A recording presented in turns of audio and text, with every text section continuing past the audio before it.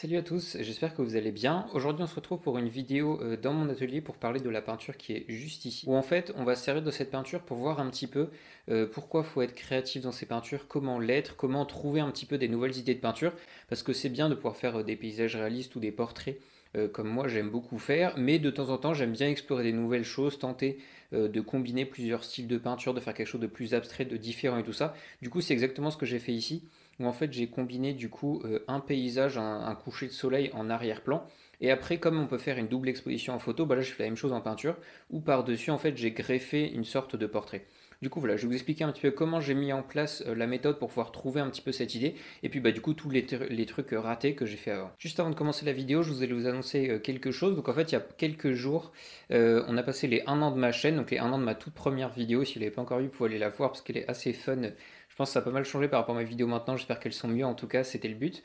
Et du coup pour fêter ça, en fait pour fêter un petit peu ça, et puis on est bientôt aux 500 abonnés aussi, du coup pour fêter les deux choses en même temps, je vais faire un live où du coup vous allez pouvoir me poser toutes vos questions, on va pouvoir peindre une peinture ensemble, voilà, discuter un petit peu en direct, je trouve ça sympa aussi d'avoir des contacts plus directs avec vous que juste par les commentaires ou bien par vidéo interposée. Donc le live ça sera lundi prochain, donc au lieu de faire une prochaine vidéo, ce sera ce live là qui sera fait, et du coup on le fera lundi prochain, et je pense qu'on commencera à 20h, je pense que c'est un bon horaire pour tout le monde. Du coup voilà, on commencera à cette heure là et puis on fera une peinture ensemble. Donc voilà, à noter dans vos agendas, lundi prochain à 20h on fait un live ensemble pour fêter les 1 an de ma chaîne et bientôt les 500 abonnés aussi.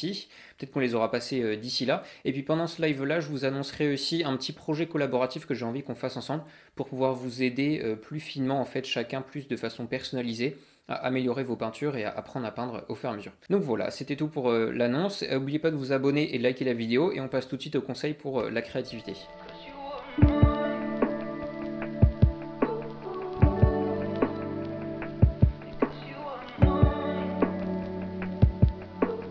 Donc la première chose à bien avoir en tête quand on essaye d'être créatif, en fait, de trouver des nouvelles façons de peindre, de combiner plusieurs choses, voilà, de faire quelque chose d'un petit peu innovant dans la peinture, c'est qu'il ne faut pas se mettre de limites, il ne faut pas se mettre de bornes. Ça paraît assez simple, mais en fait inconsciemment, on va se mettre plein de limites de bornes. Par exemple, moi si je m'étais dit, bah en fait, il faut que ce soit soit du paysage, soit du portrait, bah je serais pas venu avec cette idée-là. Mon idée, moi, c'était plutôt de combiner les deux, de pouvoir combiner un paysage coloré et tout ça, et puis après un portrait, parce que j'aime beaucoup l'intensité du regard, ça rapporte de la complexité et tout ça.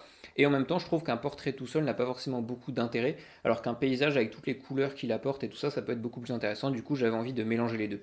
Mais tout ça pour dire qu'en fait, il faut vraiment pas se mettre de limites, pas se mettre de bornes.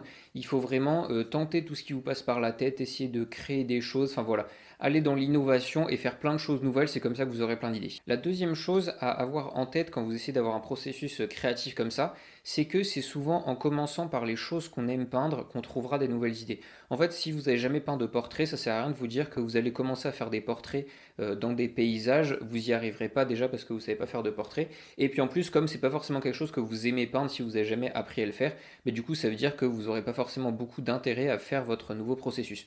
Du coup en fait il vaut mieux commencer par peindre des choses que vous aimez peindre. Par exemple si vous aimez peindre des maisons ou des bateaux, bah, commencez par peindre ça et essayez de trouver un concept créatif, une nouvelle façon de les faire, une nouvelle façon de les mettre en mouvement ou dans les décors, enfin voilà, en vous trouvant plein de nouvelles choses, mais en partant de quelque chose que vous aimez peindre, en fait ça vous aidera beaucoup dans le processus, et puis surtout à la fin du coup vous aimerez faire la nouvelle chose avec l'élément que vous aimez peindre à la base, du coup ce sera plus sympa pour vous. Ça vous aidera aussi bien sûr à être à l'aise avec votre sujet. Si vous avez jamais peint de portrait comme je disais avant, bah vous serez pas à l'aise avec, donc ce sera compliqué d'être innovant avec ça. Alors que si vous savez très bien peindre des bateaux, bah essayez d'innover avec ça, faire des bateaux, je sais pas, qui volent, des bateaux avec des ailes qui sortent, enfin voilà, vous pouvez imaginer plein de choses avec ça, faites des bateaux dans le ciel, enfin voilà. Vous imaginez un processus ou une nouvelle façon de faire vos bateaux, et en fait comme vous êtes à l'aise avec le sujet, bah, vous allez pouvoir les tourner dans tous les sens, changer les couleurs, rajouter des choses dessus, en enlever, enfin voilà, faire plein de choses avec qui sont super intéressantes, alors que si vous n'êtes pas à l'aise, bah, vous aurez beaucoup moins de liberté avec ces éléments-là. La troisième chose importante auquel je pense quand j'essaie d'avoir des nouvelles idées comme ça, c'est qu'il faut un peu se poser les mêmes questions pour toutes les peintures qui sont cruciales. En fait, c'est vraiment les questions de base qui vont être vraies, que ce soit pour des peintures réalistes, de paysages, de portraits, que ce soit pour les peintures abstraites ou à peu près tout ce que vous pouvez faire en art illustré, on va dire. En fait, c'est qu'il faut bien penser au contraste, à l'harmonie des couleurs, aux couleurs complémentaires, à la composition aussi, aux différentes choses comme ça. En fait, tous ces éléments-là, bah, ils se retrouvent dans la peinture réaliste quand vous faites un paysage ou un portrait, bien sûr, mais il faut aussi les appliquer à la peinture abstraite. En fait, quand vous voyez un artiste qui fait de la peinture abstraite, qui va juste faire, je sais pas, des traits rouges sur du blanc ou des choses comme ça, qui peuvent paraître un petit peu simples, en fait, il y a souvent pas mal de réflexions derrière pour avoir justement un beau contraste, une jolie composition, avoir des couleurs complémentaires qui vont augmenter le contraste et plein de choses comme ça en fait qu'on va pas voir au premier coup d'œil, mais qui vont intensifier la peinture et la rendre vraiment belle par rapport à quelque chose où en fait tout ça ce serait pas du tout réfléchi. Donc par exemple dans ma peinture ici, j'ai bien pensé au contraste, c'est-à-dire que j'ai fait un arrière-plan de paysage qui est assez foncé, et puis j'ai utilisé des couleurs complémentaires entre la partie bleue du ciel, la partie jaune, la partie orangée, qui va faire quelque chose de très contrasté à l'arrière-plan. Et après par-dessus, pour rajouter mon portrait, en fait j'ai décidé d'utiliser du blanc transparent pour faire un petit effet néon autour comme ça, un blanc de zinc pour faire ça. Et ce blanc en fait il contraste énormément par rapport au fond qui est très foncé. Ça dépend des endroits, bien sûr, il contraste moins quand c'est sur une zone jaune que quand c'est sur une zone bleu foncé ou marron foncé. Mais globalement, en fait, ça contraste pas mal, ce qui fait que ça fait ressortir tout de suite mon portrait énormément et qu'on le voit très très bien par rapport au paysage qui est derrière. Alors que si par exemple j'avais fait un paysage plutôt de jour, du coup avec un ciel clair, une eau claire, et bien en fait cet effet blanc ne serait pas du tout ressorti, il aurait plutôt fallu que je le fasse avec un effet noir par exemple. De la même façon, sur mon paysage d'arrière-plan, j'ai fait attention à faire la composition 2 tiers de ciel, un tiers de paysage et d'eau, ce qui va donner une bonne composition dynamique. Et après, sur mon portrait, on retrouve la même chose, avec en fait la bouche qui est à peu près au un tiers du bas, ce qui représente à peu près un tiers du visage, parce qu'on a un tiers jusqu'à la bouche, un tiers ici, et puis un tiers le front juste au-dessus. Et du coup, on retrouve la même composition, et du coup, je trouve ça assez intéressant pour faire quelque chose de dynamique. Et puis enfin, j'avais vraiment envie de forcer la peinture sur le regard de la personne. Et du coup, pour faire ça, en fait, j'ai rajouté du blanc dans les yeux pour faire les éclats de l'œil et puis la pupille et la rétine vraiment très contrastées. En fait, c'est parce que j'avais envie que le regard sorte bien et comme cet endroit est au niveau du jaune, on n'arrivait pas bien à faire ressortir l'élément noir, l'élément blanc et tout ça. Du coup, j'ai rajouté un peu de blanc pour intensifier ça et qu'on ait bien un regard bien franc. Donc en fait, j'ai joué avec ces différents éléments-là de contraste, de couleur, de composition, comme vous voyez, pour avoir quelque chose de sympa à la fin, mais c'est assez réfléchi en fait, c'est pas juste au hasard comme ça.